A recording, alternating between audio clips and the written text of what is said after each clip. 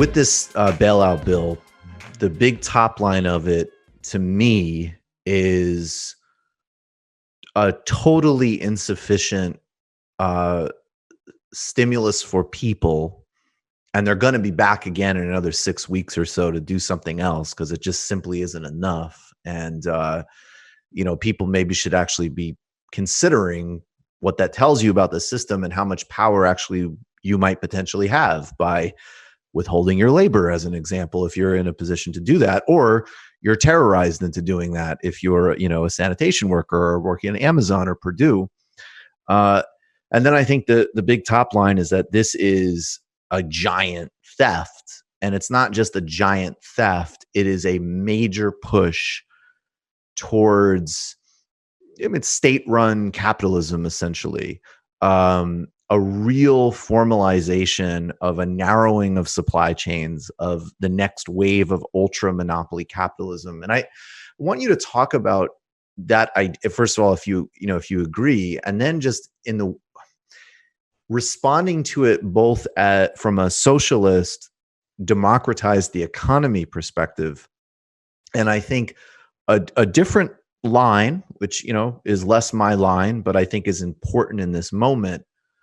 One that also understands monopoly power in a more narrow sense and sees, just even as an example, that in fact, the millions of actual small businesses, not bullshit Republican talking points, small businesses, not like, hey, we're going to give this money to Citibank because they give loans to small businesses. I'm talking actual small businesses that create a lot of value and are one of the only places left in the economy that aren't totally monopolized. Like how those two approaches fit into thinking about taking on this fight for the next couple of decades, which it is a different phase of capitalism, and it is integrated with government platform monopoly capitalism.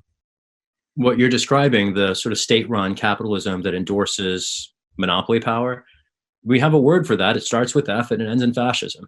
And people think that fascism is death camps. And fascism has a technical definition that relates to the fusion of corporate and public power. And it entails other dimensions that we also practice: xenophobia. We were just talking about the crackdown on immigrants, militarism and belligerence abroad. Think about Iran or Bolivia or Brazil or Venezuela, right? The shoes fit, unfortunately, entirely too well.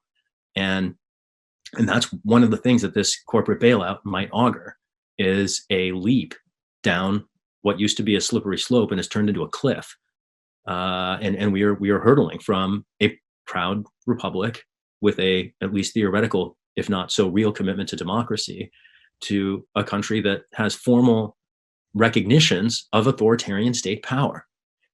There's a distributive aspect to the bailout. I think this is what you might have been alluding to with in the context of the socialist analysis. And we see, I'm grateful on the one hand for the $500 million that's been set aside for direct stimulus to workers and families, particularly students and gig economy workers. So I do want to, in the interest of giving credit where it's due, just note, and I think this is the squad's influence. We saw the Progressive Caucus flex hard in Congress and force Pelosi to accept measures that would, for instance, provide unemployment benefits to students for the first time.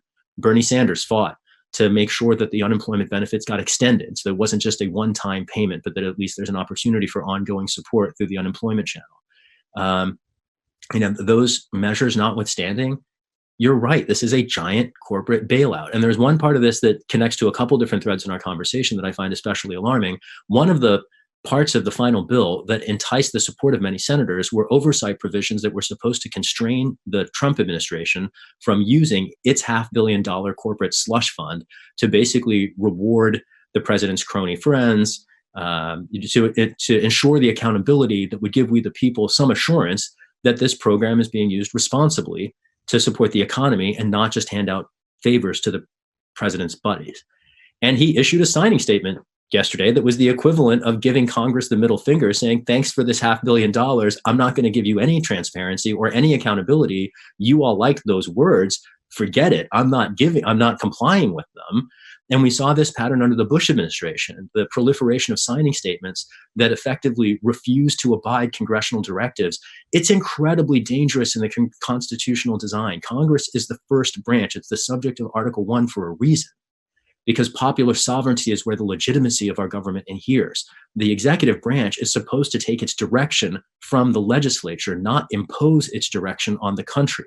And that's what we are witnessing, is a president unapologetically flipping the bird to Congress, saying, I'll take the money, thank you very much, and forget it with your accountability restrictions. We should all be alarmed at that, not just Democrats. Republicans too. I mean, this is a thing, I think back to the impeachment saga, when this president could have been removed from office if we just pulled all the threads to investigate his corruption. Republicans care about good government, some of them. And I think of many of them, I'm thinking of the ones who are particularly out of power within their party now. Many of them are aghast at what is happening. There's nothing conservative about the Trump administration. It is radical. It is radically fascist and reactionary. Conservative would suggest stasis, maintaining a status quo. We're maintaining all the bad parts of the status quo and dialing them up.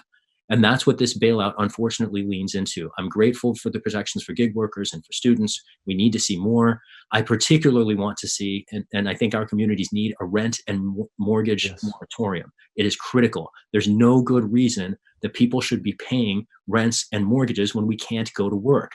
It's senseless.